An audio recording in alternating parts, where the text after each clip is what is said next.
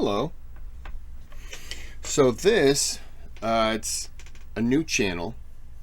It's called Faces of the Forgotten. I've subscribed to the channel, but I have not watched any of his videos in quite a while. I think I've done one, actually. I think he visited Nutty Putty Cave, and so he tells a little story about that. And if I haven't done that video, then I watched it. So this one is the tragic story of Kevin Zook, torn apart by a pack of dogs. I saw this, and I saw the thing, and I thought, yeah, I gotta see this. Not the torn apart part, but let's get into the video. Hey gang, we're in southern Illinois today. We are at a small town, little place called Aiken. And we are at a cemetery called Brady Cemetery. We're here to visit the grave of a young man, his name Kevin Zook, and he died in a very, very tragic way back in 1980. It was December 28th, a cool day, Christmas break, school off, and he was going to play some football with his buddies. He lived just up to the north here in a little town called Macedonia, and he wouldn't make it to the game. Let's take a walk. We're here at the cemetery. Just a quick note. What he does typically, from the things that I've seen, he will tell a story, tragic usually, and as he's telling the story, he's in a cemetery, and as he's telling the story, he's walking and just showing you things, but he always goes to the grave of the person that he's talking about. So if you're wondering, well, why is he in a cemetery? From what I remember, that's kind of what he does. And he just tells the story of people that you may never know, forgotten to history, and he just brings them up just so that their story is known and that they are remembered. You know, because obviously this is a kid, it looked like, so. And let's go to his grave. I'll tell you the story. He was riding his motorcycle, and he was rolling down this road on the way to the game. And you can imagine a cool, crisp day. He was thinking about how much fun he was going to have with his buddies.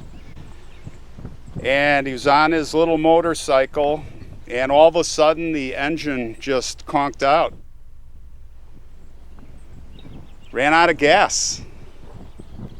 So he happened to be near a house, a man that he knew, a Mr. William Waller.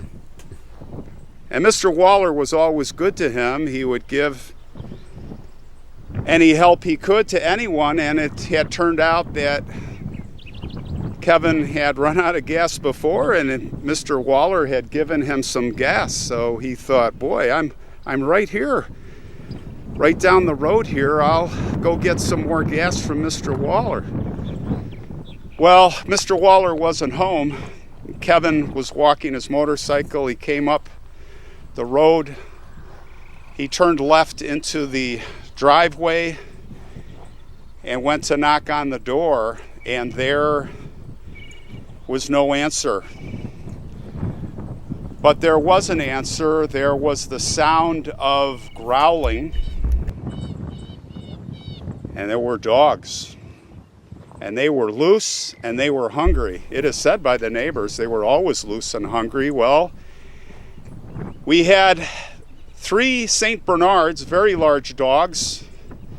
We had a St. Bernard mix, Great Dane, I think it was. And anyway, 4 dogs weighing up to 150 pounds confronting this 14-year-old, growing, skinny, good-looking young man who probably weighed just over 100 pounds. And Kevin was afraid of dogs to begin with, and unfortunately he made the mistake of running, and he took off. And as many of you know, with animals, that sets off the predatory instinct. And those dogs went right after him, and he was running for his life. Well, he would run a little ways and they would get him, they'd knock him down. They would piece this together later. No one came to help him. These dogs were attacking him, biting him. They put him to the ground, tearing his clothes off.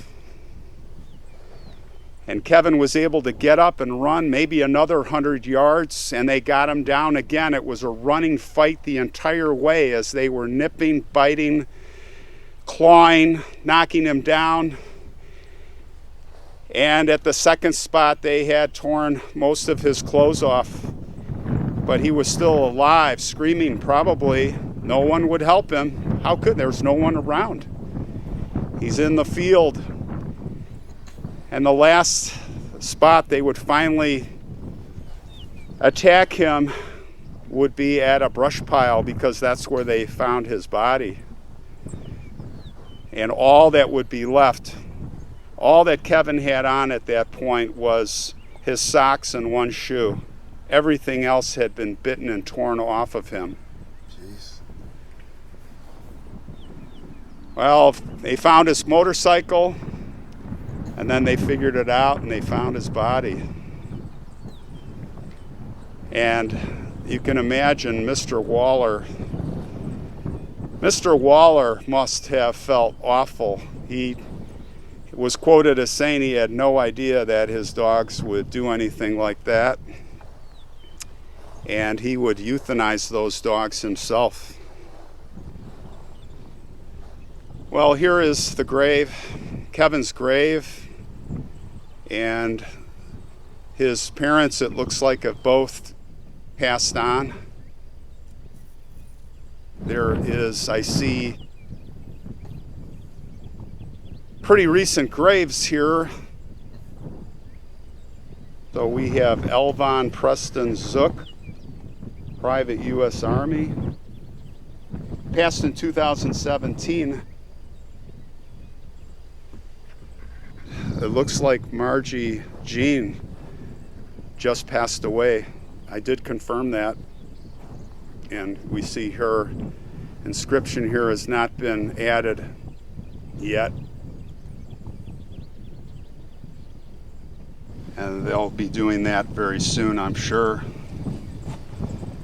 So there's Kevin. There's Kevin's picture. Handsome young guy, beautiful smile. Just sad that that had to happen. Very sad.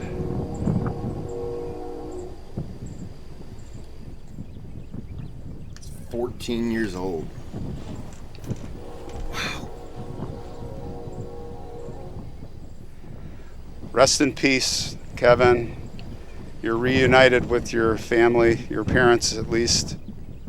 Rest in peace, Margie, Elvon, and Kevin. Rest in peace.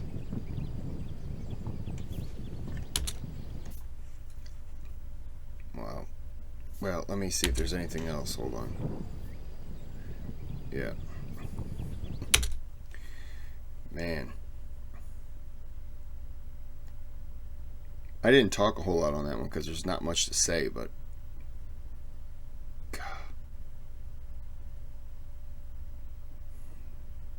Poor kid. Okay. Well, unfortunately, now you know about the story of Kevin Zook.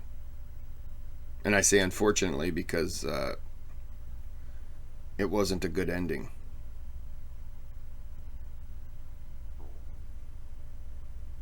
Wow. Okay. Well, I'm going to end this here. Man, it just made me sad. So, like and subscribe. And until the next one, hopefully it'll be a little bit more uplifting. Until then, have a good day, have a good night.